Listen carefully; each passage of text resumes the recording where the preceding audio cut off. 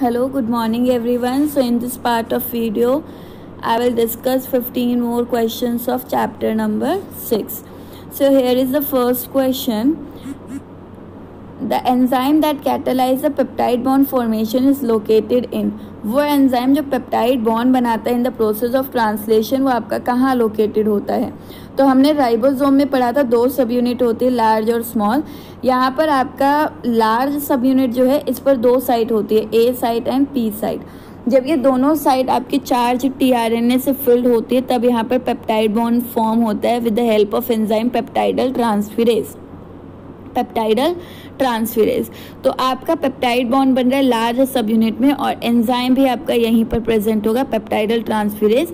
तो ये एंजाइम आपका कहाँ प्रेजेंट है बच्चा? Large sub unit of ribosome. Okay, now moving to the next question. Next question की बात करते हैं। So the next question here is the Michelson and Stale experiment is continued for 4 generation। 4 generation के लिए आपका Michelson and Stale experiment किया गया। तो यहाँ पर देखिए, हमने कहा था कि आपका जब तक यहाँ पर स्टेटमेंट में कुछ चेंज ना है आपके हाइब्रिड हमेशा 2 रहेंगे। तो ये कोई ई कोलाई होगा जो उन्होंने लिया। फर्स्ट जनरेशन में इस 1 से बने 2, फिर 2 से 4, 4 से 8, 8 से 16 और 16 से आपके 16 4 जनरेशन हो गए ना, 1 2 3 4। तो यहाँ पर 16 में आपका हो गई 4 जनरेशन। अब इस 16 में हमें क्या मिलता है? देखो, पहली जनरेशन में नाइट्रोजन 15 के थे, दोनों ही बैंड आपके जो दोनों ही स्ट्रैंड थे डीएनए के वो नाइट्रोजन 15 के थे। फिर आपका नाइट्रोजन 14 ऐड किया गया। तो यहाँ पर जो 2 बनेंगे वो दोनों ही आपके हाइब्रिड बनेंगे, ठीक है, क्योंकि ये आपके डीएनए, ये पेरेंटल डीएनए है दोनों, और इस पर नया स्ट्रैंड बना नाइट्रोजन 14 का। तो दोनों आपके सेकेंड जनरेशन में क्या बने? दोनों सेकेंड जनरेशन में बने हाइब्रिड। तो आपके फर्स्ट जनरेशन में प्योर नाइट्रोजन 15 के थे, यानी कि आपका यहाँ पर थे क्या? यहाँ पर थे आपके हैवी, ठीक है। फिर सेकेंड में बने हाइब्रिड। ओके, दोनों 2 बनेंगे और दोनों हाइब्रिड बनेंगे, ठीक है। अब फोर्थ पर आते हैं। फोर्थ में आपका क्या होगा? अगेन इन हाइब्रिड्स में आपने क्या किया? नाइट्रोजन 14 का ही सप्लीमेंट दिया है। तो जितने भी नए स्ट्रैंड बनेंगे वो बनेंगे आपके किसके? नाइट्रोजन 14 के। और हमने कहा है कि आपका हाइब्रिड 2 ही रहेंगे। तो 4 में से 2 तो आपके रहे हाइब्रिड, बाकी जो 2 बचे वो नाइट्रोजन 14, क्योंकि 15 तो हम ऐड ही नहीं कर रहे, तो नए सारे 14 के ही बनेंगे, ठीक है।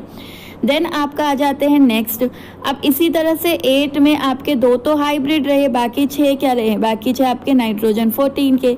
लाइकवाइज 16 में आपके 2 तो हाइब्रिड रहे, बाकी आपके 14 क्या रहे? 14 आपके नाइट्रोजन 14 के रहे। तो यहाँ पर आपसे पूछा हैवी बैंड। हैवी बैंड तो सिर्फ आपका फर्स्ट जनरेशन में थे नाइट्रोजन 15, बाकी हमने सप्लीमेंट्री नाइट्रोजन 14 किया, तो हैवी कैसे बनेंगे? तो यहाँ पर 0, ठीक है, 0 रहे। फिर पूछा हाइब्रिड। हाइब्रिड कितने भी जनरेशन के बाद देखो हमेशा फिक्स है, ये 2 ही रहेंगे। और इसके बाद पूछा लाइट। तो आप 4 जनरेशन के बाद टोटल जो बैंड बन रहे वो 16, बस आपको ये ध्यान रखना है। 16 में से 2 हटा दो हाइब्रिड, बाकी बचे 14। ये आपके क्या रहेंगे? नाइट्रोजन 14 के लाइट रहेंगे। इसे आप कट करते हैं तो यहाँ पर ये 1:7 का रेशो आ जाता है। इसे नेग्लेक्ट ही कर सकते हो, ये तो है ही नहीं। तो 1:7 का रेशो आया। और क्योंकि यहाँ पर आपके 2 ही बन रहे हैं, हाइब्रिड और आपके 14 के, तो हमें जो है सेंट्रीफ्यूगेशन ट्यूब में आपके 2 ही बैंड्स दिखेंगे। एक आपका हाइब्रिड का दिखेगा और एक आपका यहाँ पर बैंड दिखेगा किसका? नाइट्रोजन 14 का। क्योंकि नाइट्रोजन 14 ज़्यादा नंबर में है तो यहाँ पर ये बैंड आपको मोटा दिखता है और ये बैंड आपको नैरो दिखेगा, ठीक है। तो यहाँ पर राइट ऑप्शन आ जाएगा आपका option number 4। Okay, now moving to the next question. The ATP high energy bond occurs between. ATP high energy bond मैंने आपको बहुत बार बताया है, जैसे आपके ट्रांसलेशन में भी बात की थी। एनर्जी आपकी रिलीज होती है जब फोस्फेट के बीच का बॉन्ड टूटता है। तो एटीपी में इन्होंने कहा एटीपी एडिनाइन ट्राइफॉस्फेट की बात कर रहे हैं, ठीक है। एडिनाइन ट्राइफॉस्फेट आपका जब टूटेगा तो यहाँ पर आपका बॉन्ड, कौन से बॉन्ड टूटने से एनर्जी रिलीज हुई है? तो यहाँ पर है एडिनाइन और फॉस्फेट का बॉन्ड, रॉन्ग। आपका जो एनर्जी रिलीज होती है वो यहाँ पर एटीपी ठीक है। जब ये टूटता है तो बनता है AMP। तो देखो एडेनिन थोड़ी टूटा, यहाँ पर फॉस्फेट के 2 बॉन्ड टूटे हैं ना, तो इससे आपको अंडरस्टैंडिंग होनी चाहिए कि ATP या फिर AMP एडेनाइन मोनोफॉस्फेट या ADP में टूटता है। तो हर केस में आपका यहाँ पर फॉस्फेट ही तो कम हो रहा है, एडेनिन थोड़ी कम हो रहा है। तो यहाँ पर आपका जो बॉन्ड एनर्जी रिलीज होती है वो हमेशा फॉस्फेट और फॉस्फेट बॉन्ड के ब्रेक होने से रिलीज होती है। Now moving to the next question, what is true about tRNA। tRNA के रिगार्डिंग क्या चीज़ ट्रू है? तो यहाँ पर आते हैं कि क्लोवर लीफ लाइक स्ट्रक्चर होता है 3D स्ट्रक्चर में ये क्लोवर लीफ लाइक दिखता है। तो ये क्लोवर लीफ लाइक दिखता है और 3D में ये आपका L शेप स्ट्रक्चर दिखेगा। It has codon at one end which recognise anti codon on mRNA। उल्टा कर रखा है बच्चा, इसके पास कोडोन नहीं, इसके पास एंटी कोडोन होता है जो कि mRNA के कोडोन को रीड करता है। तो ये स्टेटमेंट भी गलत। फिर इसके पास 5 डबल स्ट्रैंड रीजन होते हैं। अगेन देखो tRNA ये है, यहाँ पर ये जो लूप बनती है ये डबल स्ट्रैंड होने की वजह से है। तो यहाँ पर बेसिकली आपका 3 है और यहाँ पर एक आपका वेरिएबल रीजन होता है। तो आप लगा सकते हैं कि यहाँ पर 4 लूप बनती है लेकिन 5 डबल स्ट्रैंड रीजन नहीं है, 4 है। 4 आपके हैं, एक तो एंटी कोडोन वाली, एक आपकी सूडो यूरेडिन वाली, एक आपकी DIHU वाली और एक आपकी ये वेरिएबल आर्म। तो यहाँ पर 4 रीजन्स हैं जहाँ पर आपका क्या है, डबल स्ट्रैंड रीजन है, यानी कि स्ट्रैंड में आपका डबल बॉन्ड फॉर्म है। तो ये भी गलत हो गया क्योंकि 4 है। अब next is bind with amino acid at 3' end. तो ये बिल्कुल आपका सही है, ये आपका क्या करता है 3' एंड पर आपका अमाइनो एसिड से बाइंड करता है। ठीक है। क्लोवर लीफ लाइक इसका स्ट्रक्चर होता है पर 3 डायमेंशन में नहीं बोलो, 3 डायमेंशन में तो हम इसका L शेप स्ट्रक्चर बोलते हैं ना। सो यहाँ पर राइट ऑप्शन आपका क्या आ जाएगा, क्या चीज़ सही है इसके regarding, that is your option number 4। Now moving to the next question, on strands of double strand DNA mutation help changing all cytosine to uracil। एक आपका डबल स्ट्रैंड DNA था, वहाँ पर आपका क्या हुआ, पहले साइटोसिन था, तो साइटोसिन था तो यहाँ पर ग्वानिन होगा। ठीक है। अब यहाँ पर क्या हुआ, म्यूटेशन हुआ जिसकी वजह से कंप्लीट साइटोसिन आपके यूरेसिल में आपके कन्वर्ट हो गए। ठीक है। तो जब यहाँ पर एक राउंड रेप्लिकेशन का हुआ, तो यहाँ पर क्योंकि अब यूरेसिल बन चुके हैं, पहले यहाँ पर साइटोसिन थे, तो जब रेप्लिकेशन होगा अब यूरेसिल के साथ तो एडेनिन बाइंड करेगा। पहले अगर ये पहले की कंडीशन है, जहाँ साइटोसिन थे वहाँ ग्वानिन जुड़ते। तो यहाँ पर रेप्लिकेशन के बाद आप देखेंगे C और G के बीच में ट्रिपल बॉन्ड बनता है, लेकिन अब U और A के बीच में क्या बनेगा, डबल बॉन्ड बनेगा। तो यहाँ पर बॉन्ड कम बनेगा और बॉन्ड आपका डबल बॉन्ड है तो ये इजीली आपका ओपन हो सकता है। तो यहाँ पर पूछा है after 1 round of replication of mutated DNA strand, तो मेल्टिंग पॉइंट जो है DNA का उस पर क्या फ़र्क पड़ेगा, मेल्टिंग पॉइंट क्या होगा।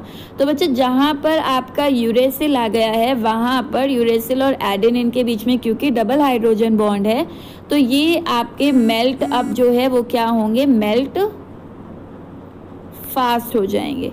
सो ये आपके क्या होंगे, मेल्ट फास्ट होंगे। ओके। सो यहाँ पर U और A के बीच में डबल बॉन्ड है बच्चा, इसलिए आपका क्या होंगे, ये मेल्ट फास्ट हो जाएंगे। ओके। सो यहाँ पर आपका ऑप्शन क्या आएगा कि मेल्टिंग पॉइंट आपका लोअर हो जाएगा इस म्यूटेशन की वजह से। Now coming to the next question, DNA helicase in E. coli, DNA helicase E. coli में moves in the direction opposite to replication fork. गलत है।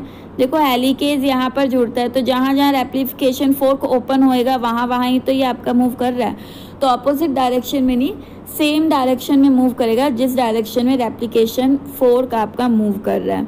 देन नेक्स्ट है bind with template of leading strand.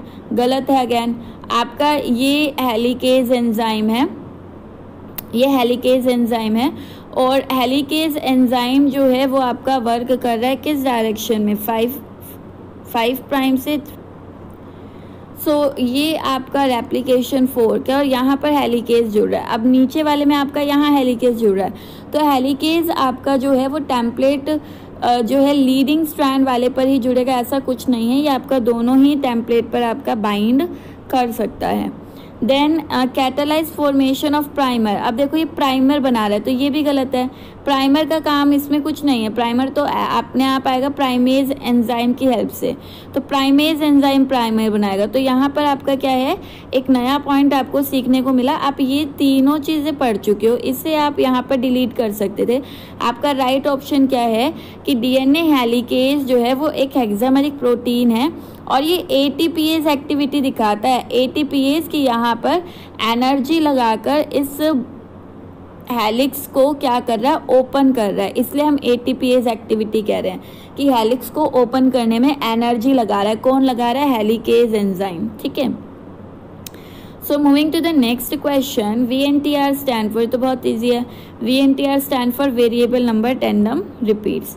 Now moving to the next question, find the odd one out. आपको यहाँ पर odd one out जो है वो फाइंड आउट करना था। तो अडेप्टर डीएनए, टीआरएनए और सॉल्युबल आरएनए ये सारे एक ही मॉलिक्यूल के लिए टर्म है। यहाँ पर आपका ऑड वन आउट क्या आ जाएगा, mRNA। Moving to the next question, how many of the following are the features of human genome project. तो इनमें से कौन कौन सा आपका ह्यूमन जीनोम प्रोजेक्ट का फीचर है। सो फर्स्ट है कि 99% of base present is exactly same in human, right है, हमारे सबके अंदर 99.9% डीएनए सेम है। All sequences are found to be coding sequence, इसे एक बार साइड कर देते हैं क्योंकि आपका ह्यूमन जीनोम में सारे आपके कोडिंग थोड़ी नॉन कोडिंग सीक्वेंस इंट्रोन्स भी है, तो ये आपका रॉन्ग है। देन आपका है the fewer number of gene were found to be in the chromosome which is present in male, कि आपका जो मेल में क्रोमोसोम होता है उसके अंदर सबसे कम आपके जीन है, बिल्कुल सही है। वाई क्रोमोसोम में सबसे कम 231 जीन है। Maximum number of gene were found to be present at the chromosome which was sequence in last, ये भी बिल्कुल सही है। मैक्सिमम नंबर क्रोमोसोम आपके उस मैक्सिमम नंबर ऑफ जीन उस क्रोमोसोम में है जो सबसे पहले सीक्वेंसेस जिसकी शुरू की गई थी, सीक्वेंस करना शुरू किया गया था और सबसे लास्ट तक उसको सीक्वेंस करते रहे हैं, वो है आपका क्रोमोसोम 1। तो ये स्टेटमेंट भी सही है, ये भी सही है, ये भी सही है। Now moving to the next question, next statement, it's sequence are useful in chromosome dynamic structure and evolution. जो ह्यूमन जीनोम है उसके जो सीक्वेंसेस है वो क्रोमोसोम डायनामिक्स में, कि आपका क्रोमोसोम जो है क्या वर्क करता है, उसका स्ट्रक्चर क्या है, किस तरह से इवॉल्व हो रहा है, चेंजेस हो रहे हैं ना सीक्वेंसेस में, तो वही इवोल्यूशन के लिए रिस्पॉन्सिबल है। तो आपका इन सीक्वेंसेस से हमें क्रोमोसोम डायनामिक स्ट्रक्चर और इवोल्यूशन के बारे में पता चलता है, बिल्कुल सही है ये स्टेटमेंट भी। Then repeated sequence make up a large portion of human genome, कि हमारे जीनोम में आपका रेपिटेटेड सीक्वेंस बहुत ज़्यादा, बिल्कुल सही है। आपका रेपिटेटेड सीक्वेंस 30% के अराउंड है और इस 30% में 0.1 जो है वो सबका वेरी करता है, बाकी रेपिटेटिव भी सब में सेम है। तो यहाँ रेपिटेटिव सीक्वेंस, रेपिटेटिव डीएनए आपकी बॉडी में कितना है, 30% के अराउंड। तो यहाँ पर सारी स्टेटमेंट सही है एक्सेप्ट बी। सो यहाँ पर 5 जो आपके स्टेटमेंट है वो करेक्ट है। सो यहाँ पर आपका ऑप्शन जो है option 5 will be your right answer. Moving to the next question 10, how many statement are correct. यहाँ पर भी आपको सिर्फ करेक्ट स्टेटमेंट काउंट करनी है। तो पहला है the repressor of operon is synthesize all the time from the I gene. देखो हमने कहा है लैक ओप्रोन, आपने पढ़ा है, तो लैक ओप्रोन मैंने आपसे कहा था, लैक ओप्रोन आपका क्या है, ये आपका नॉर्मली इंड्यूसिबल ओप्रोन है ना, इंड्यूस कराना पड़ेगा, इंड्यूसिबल है, इंड्यूस कराना पड़ेगा। तो नॉर्मली ये आपका क्या रहता है, स्विच ऑफ रहता है, यानी कि यहाँ पर आपका लैक ओप्रोन में ये जो ट्रांसक्रिप्शन यूनिट है उसमें ZAY जीन जो है ये आपका कोड नहीं कर पा रहे हैं, ऑफ है, ये ट्रांसक्राइब नहीं हो रहे हैं। क्यों नहीं हो रहे हैं, तो भाई यहाँ पर जो ऑपरेटर है उस पर आपका रिप्रेसर ने जो आपका प्रोटीन बनाया है वो यहाँ पर आकर बाइंड रहेगा, तो ये ऑफ रहेंगे। तो यहाँ पे इन्होंने कहा रिप्रेसर जो है वो हमेशा सिंथेसाइज जो है वो फॉर्म, रिप्रेसर प्रोटीन हमेशा बनता रहेगा आई जीन से। तो बिल्कुल सही है, क्योंकि आई जीन जब रिप्रेसर बनाएगी तभी तो ना वो ऑपरेटर से बाइंडेड रहेगा, और ऑपरेटर से बाइंडेड रहेगा तो ये जीन एक्सप्रेशन आपका ऑफ रहेगा। तो ये स्टेटमेंट सही है। Then eukaryotic DNA is densely packed DNA that act as coding segment. हमने 2 डीएनए पढ़े थे, यूकैरियोटिक और यूक्रोमेटिन और हेट्रोक्रोमेटिन। सी अगर आपके डीएनए में पैकिंग इस तरह से है, यानी न्यूक्लियोसोम बहुत पास पास है, तो ये रीजन आपका डेंसली पैक कहलाता है और इसे हम कहते हैं हेट्रोक्रोमेटिन। अब इस रीजन को ओपन करना मुश्किल है क्योंकि बहुत ज़्यादा कॉइलिंग है। एक आपका डीएनए है जहाँ पर पैकेजिंग ये है, तो ये रीजन आपका कहलाता है यूक्रोमेटिन, क्योंकि यहाँ पर आपकी पैकेजिंग उतनी ज़्यादा डेंस नहीं है और इस रीजन को हम इजीली खोल सकते हैं। भाई न्यूक्लियोसोम को खोलना तो पड़ेगा ना। अगर आपको यहाँ पर डीएनए रेप्लिकेट कराना है, इस डीएनए से आपका नया डीएनए बनाना है, तो यहाँ से इसको ओपन तो करना पड़ेगा, स्ट्रेट तो करना पड़ेगा। तो ओपनिंग वहाँ आराम से होगी ना जहाँ पर आपका कॉइलिंग ज़्यादा ना हो। तो ये हेट्रोक्रोमेटिन जो है ये ट्रांसक्रिप्शनली इनएक्टिव होता है क्योंकि कॉइलिंग बहुत ज़्यादा है, और यूक्रोमेटिन जो है वो आपका क्या होता है, ट्रांसक्रिप्शनली एक्टिव रीजन होता है। सो ये दोनों स्टेटमेंट आपकी, सॉरी यूक्रोमेटिन डेंसली पैक्ड है, ये स्टेटमेंट गलत हो गई। डेंसली पैक्ड कौन सी थी, हेट्रोक्रोमेटिन, जिसे ओपन करना मुश्किल है, इसलिए ये ट्रांसक्रिप्शनली क्या होगी, इनएक्टिव होगी। ठीक है, ट्रांसक्रिप्शनली इनएक्टिव होगी। देन ये स्टेटमेंट रॉन्ग है। Moving to the next one, in DNA replication deoxy ribonucleoside triphosphate act as dual purpose. ये एनसीईआरटी की लाइन है बिल्कुल। डीऑक्सी राइबोन्यूक्लियोसाइड ट्राइफॉस्फेट यानी कि ये पूरा आपका बन गया न्यूक्लियोटाइड। न्यूक्लियोटाइड, अब इन्होंने कहा न्यूक्लियोटाइड दो फंक्शन परफॉर्म करता है, बिल्कुल। एक तो ये डीएनए फॉर्म करने में मोनोमर की तरह एक्ट कर रहा है। डीएनए तभी बनेगा ना जब न्यूक्लियोटाइड जुड़ेंगे जुड़ेंगे जुड़ेंगे, तभी डीएनए बन रहा है। तो एक तो ये मोनोमर की तरह काम करेगा, ठीक है, मोनोमर की तरह काम करेगा। और दूसरा यहाँ पर ट्राइफॉस्फेट है। ट्राइफॉस्फेट यानी कि जब आपके ये मोनोमर जुड़ते हैं तो ये फॉस्फेट आपका ब्रेक होता है और यहाँ पर एनर्जी भी प्रोवाइड करता है। तो बिल्कुल सही है, ये आपका डुअल फंक्शन परफॉर्म कर रहा है, यानी कि रेप्लिकेशन के टाइम पर मोनोमर भी प्रोवाइड कर रहा है और रेप्लिकेशन के टाइम पर एनर्जी भी प्रोवाइड कर रहा है। Then lac operon is a repressible operon, गलत है, ये रिप्रेसिबल नहीं, ये इंड्यूसिबल है। एक रिप्रेसिव का एग्जाम्पल बता दो, तो यहाँ पर ट्रिप्टोफैन ओप्रोन जो है वो रिप्रेसिबल है। ठीक है, सो यहाँ पर आपकी पहली स्टेटमेंट सही थी और थर्ड स्टेटमेंट सही थी, तो दो स्टेटमेंट आपकी करेक्ट है, बाकी स्टेटमेंट आपकी रॉन्ग है। Now moving to the next question पे आते हैं। If a deletion mutation occurs at operator region of lac operon, ये लैक ओप्रोन है, इन्होंने कहा अगर इस ऑपरेटर रीजन पर डिलीशन म्यूटेशन हो जाए, यानी कि यहाँ से कुछ बेस आपके डिलीट कर दिए, the expression of lac structural gene is, तो आपको पता है ना आगे वाले जो स्ट्रक्चरल जीन है YZA, उन पर क्या फ़र्क पड़ेगा। तो यहाँ पर इन्होंने कहा अगर इस ऑपरेटर से कुछ जीन आपके यहाँ पर डिलीट कर दिए जाएं, तो यहाँ पर जो आई जीन होगा बच्चा वो बनाएगा आपका रिप्रेसर प्रोटीन। अब ये रिप्रेसर प्रोटीन जो है ये आपका बाइंड करता था ऑपरेटर के साथ, लेकिन ऑपरेटर में म्यूटेशन हो गया, बदलाव हो गया, तो अब ये रिप्रेसर आपका इससे बाइंड नहीं कर पाएगा, और बाइंड नहीं कर पाएगा ऑपरेटर से, तो यहाँ पर आपका प्रमोटर पर आरएनए पॉलीमरेज आराम से रिक्रूट हो जाएगा, क्योंकि जब इस पर रिप्रेसर प्रोटीन बनता है तो पॉलीमरेज को जगह नहीं मिलती है रिक्रूट होने के लिए। लेकिन जब आपका ऑपरेटर जो है, ऑपरेटर उस पर कोई भी आपका रिप्रेसर प्रोटीन नहीं है, तो यहाँ प्रमोटर के पास अच्छी खासी जगह है कि यहाँ पॉलीमरेज रिक्रूट होगा और वो इसको क्या करेगा, एक्सप्रेस करवाता रहेगा। तो ऑप्शन थे कि यहाँ पर परमानेंटली स्टॉप हो जाएगा, गलत है। कॉन्स्टिट्यूटिवली है, लगातार एक्सप्रेस होगा, तो ये आपका राइट ऑप्शन है, क्योंकि आपका ऑपरेटर पर म्यूटेशन हुआ है, तो म्यूटेशन होने की वजह से आई जीन जो रिप्रेसर प्रोटीन बनाएगा वो इस ऑपरेटर से बाइंड नहीं हो पाएगा। नहीं हो पाया तो प्रमोटर रीजन क्लियर है, यहाँ पर पॉलीमरेज आएगा और वो आगे ट्रांसक्रिप्शन जो है वो करवा देगा। यहाँ पर ट्रांसक्रिप्शन क्यों नहीं हो पाता, क्योंकि ऑपरेटर पर जब यहाँ पर रिप्रेसर जुड़ जाता है तो प्रमोटर रीजन के पास स्पेस नहीं होता कि वो पॉलीमरेज को रिक्रूट कराए। आई होप आपको ये क्लियर होगा। Now moving to the next question, Which of the sequence listed below best describe the order in which the enzyme participate? तो ये तो बहुत ही ईजी क्वेश्चन था। आपको बताना है कौन सा एंजाइम पहले वर्क करेगा। तो पहला हेलिकेज करता है, फिर दूसरे नंबर पर आपका गायरेज करेगा, तीसरे नंबर पर आपका प्राइमेज आएगा, चौथे पे आपका पॉलीमरेज आएगा और लास्ट आपका लाइगेज आएगा। यही रहेगा ना सीक्वेंस। तो आपका यहाँ पर राइट सीक्वेंस क्या होगा? 1, 5th, 4th, 2nd and 3rd। 1, 5th, 4th, 2nd and 3rd। Sorry,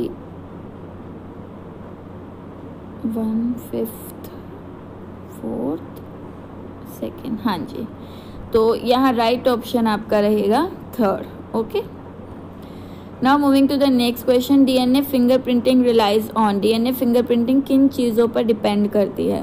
पहला चीज़, फिंगरप्रिंटिंग आप तब कर सकते हैं जब यहाँ पर जीन के पैटर्न में डिफरेंसेस हो बिटवीन इंडिविजुअल। सही है। ऑर्डर ऑफ जीन आपका इंडिविजुअल के बीच में डिफरेंस हो, बिल्कुल ये भी हो सकता है। या फिर उनके जंग डीएनए के पैटर्न में क्या हो, डिफरेंसेस हो। मतलब आपको 2% के डीएनए में डिफरेंसेस चाहिए। अब वो चाहे जीन में हो चाहे जीन के ऑर्डर में हो। एक ABCD है, दूसरा आपका DCAB है। तो ऑर्डर में हो तब भी पता चल रहा है 2 अलग पर्सन का डीएनए है।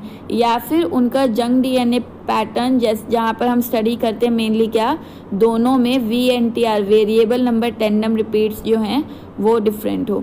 तो ये तीनों ही सही पॉइंट है, तीनों चीज़ से ही हम डिटेक्ट कर सकते हैं। Now the next question, in the presence of lactose how long does it take for the lac operon to be expressed? आपका लैक्टोज की प्रेजेंस में लैक ओप्रोन कब तक एक्सप्रेस होता रहेगा? तो बच्चे जब तक आपका लैक्टोज प्रेजेंट है वो आपका रिप्रेसर प्रोटीन से बाइंड करेगा जो आई जीन ने बनाया, और जब तक ये रिप्रेसर लैक्टोज पर ही काम करता रहेगा ऑपरेटर फ्री रहेगा, और ऑपरेटर फ्री रहेगा तो प्रमोटर भी आपका फ्री है, और यहाँ पर पॉलीमरेज रिक्रूट होकर आपका ट्रांसक्रिप्शन प्रोसीड कराएगा। यानी कि जब तक मीडियम में लैक्टोज है तब तक आपका एक्सप्रेशन जो है वो चलती रहेगी। तो यहाँ पर इन्होंने कहा है कि जब लैक्टोज की कंसंट्रेशन, अब एक और चीज़, आपका लैक्टोज या लैक ओप्रोन आपका वर्क कब करता है? तो मैंने आपको वीडियो में थोड़ा सा बताया था कि जब ग्लूकोज का कंसंट्रेशन सेल में कम हो तो यहाँ पर एडिनाइलेट साइक्लेज आपका एंजाइम एक्टिवेट होता है, और वो आपका एक कैप प्रोटीन बनाता है जो कि आपका ऑपरेटर रीजन पर बाइंड करके एक निक प्रोवाइड करता है जिस पर पॉलीमरेज अच्छे से बाइंड कर पाए। ठीक है, तो यहाँ पर यानी कि आपका ग्लूकोज लेवल जो है वो कम होना चाहिए, और तब आपका लैक्टोज जो है, तब आपका लैक्टोज एक्सप्रेस होता है। तो इन्होंने कहा क्योंकि जब तक ग्लूकोज आपके बैक्टीरिया को, ई कोलाई को ग्लूकोज मिलता रहेगा तो वो ग्लूकोज पर फीड करेगा। ठीक है, उसे सिंपल शुगर मिलती रहेगी तो वो ग्लूकोज को यूज़ कर ही ग्रोथ करेगा। क्यों भाई? ग्लूकोज को डिग्रेड करने वाले एंजाइम जो है वो हाउस कीपिंग होते हैं, यानी ऑल टाइम एक्सप्रेस है। उसे ये शुगर क्यों चाहिए? लैक्टोज ग्लूकोज अपनी ग्रोथ के लिए तो चाहिए। तो जब तक उसे ग्लूकोज मिल रहा है, इस ग्लूकोज को तोड़ने के लिए उसके पास हाउस कीपिंग एंजाइम है जो ऑल टाइम एक्सप्रेस हो रहे हैं, और ये एंजाइम ग्लूकोज को तोड़ते रहेंगे, उसकी ग्रोथ होती रहेगी। ठीक है, जब आपका ग्लूकोज कम होता है तब उसे लैक्टोज को तोड़कर ग्लूकोज यूज़ करना पड़ता है। लैक्टोज को तोड़कर फिर ग्लूकोज बनेगा और उसे वो यूज़ करेगा। तो यहाँ पर इन्होंने कहा जब लैक्टोज और ग्लूकोज इक्वल कंसंट्रेशन में हो तब आपका लैक्टोज वर्क करता रहेगा। तो जब आपका ग्लूकोज अवेलेबल ही है तो यहाँ पर फिर वो आपका लैक्टोज को क्यों तोड़ेगा? अगर एक मीडियम है जहाँ पर आपने लैक्टोज प्लस ग्लूकोज दोनों दिया है तो बैक्टीरिया हमेशा पहले ग्लूकोज को यूज़ कर आपका ग्रो करेगा, और फिर लैक्टोज को तोड़ने के लिए वो एंजाइम बनाएगा। ठीक है, एंजाइम बनाएगा, क्योंकि ग्लूकोज को तोड़ने के लिए तो एंजाइम ऑलरेडी सेल में हमेशा एक्सप्रेस रहते हैं, लेकिन इस लैक्टोज को तोड़ने के लिए एंजाइम उसे बनाने पड़ेंगे ओप्रोन को। तो ई कोलाई को, तो यहाँ पर आपका क्या है, ये इस तरह का ग्राफ दिखेगा कि जब तक उसे ग्लूकोज मिल रहा है उसकी ग्रोथ हो रही है, ठीक है, और इसको वो यूज़ कर रहा है।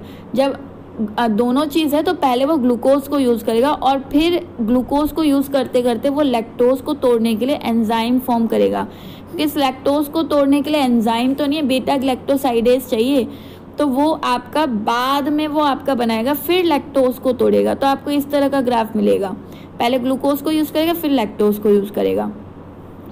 तो यहाँ पर जब तक उसे ग्लूकोज मिलेगा वो उसी को यूज़ करेगा। ग्लूकोज मोर, अगर ग्लूकोज ज़्यादा है तब तो लैक्टोज को उसको ज़रूरत नहीं है, वो ग्लूकोज को ही यूज़ करेगा ग्रोथ के लिए।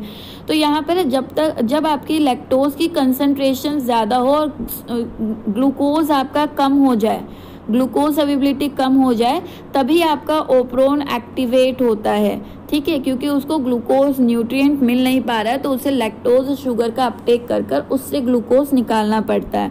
तो यहाँ पर राइट ऑप्शन आपका क्या आएगा, सी ऑप्शन। आई होप आपको ये समझ आ जाए जो मैं समझा रही हूँ। Now moving to the last question, this will be prevented if activator fasten to the repressor। ये आपका प्रिवेंट किया जा सकता है अगर एक्टिवेटर जो है फास्टन्स टू द रिप्रेसर, एक्टिवेटर अगर आपका रिप्रेसर से रिप्रेसर को फास्ट कर दे।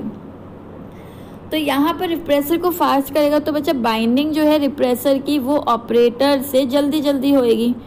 कोई एक्टिवेटर आपका हो, जैसे ये आपका रिप्रेसर प्रोटीन बनाने के लिए आई जीन है, तो यहाँ पर कोई ऐसा एक्टिवेटर जो इस रिप्रेसर को जल्दी बना रहा है, इस आई जीन को जल्दी एक्सप्रेस करा रहा है, तो रिप्रेसर जितना जल्दी बनेगा वो ऑपरेटर से उतना ही जल्दी क्या हो पाएगा, बाइंड हो पाएगा। तो यहाँ पर क्या फास्ट होगा भाई, बाइंडिंग जो है रिप्रेसर प्रोटीन की ऑपरेटर से, वही तो फास्ट होएगी ना। अब यहाँ देखो बाइंडिंग रिप्रेसर की प्रमोटर से, तो प्रमोटर पे तो होती ही नहीं, गलत, बाइंडिंग आरएनए पॉलीमरेज की प्रमोटर पर। तो यहाँ पर रिप्रेसर को बढ़ाने से, रिप्रेसर प्रोटीन अगर आप बढ़ा रहे हैं तो वो तो ऑपरेटर से जुड़ गया, तो यहाँ पर पॉलीमरेज तो बाइंड ही नहीं कर पाएगा ना, क्योंकि प्रमोटर पे स्पेस नहीं रहेगी, तो ये भी गलत। और ट्रांसलेशन बढ़ेगा, अरे भाई जब रिप्रेसर बढ़ रहा है तो वो ऑपरेटर को रोक रहा है, ऑपरेटर पर रोक रहा है, तो यहाँ पर पॉलीमरेज आपका बाइंड ही नहीं कर पा रहा है, तो ट्रांसलेशन कैसे बढ़ेगा। तो यहाँ ऑप्शन 4 जो है वो आपका करेक्ट ऑप्शन होगा। आई होप ये क्वेश्चन आपको क्लियर हो। Thank you so much.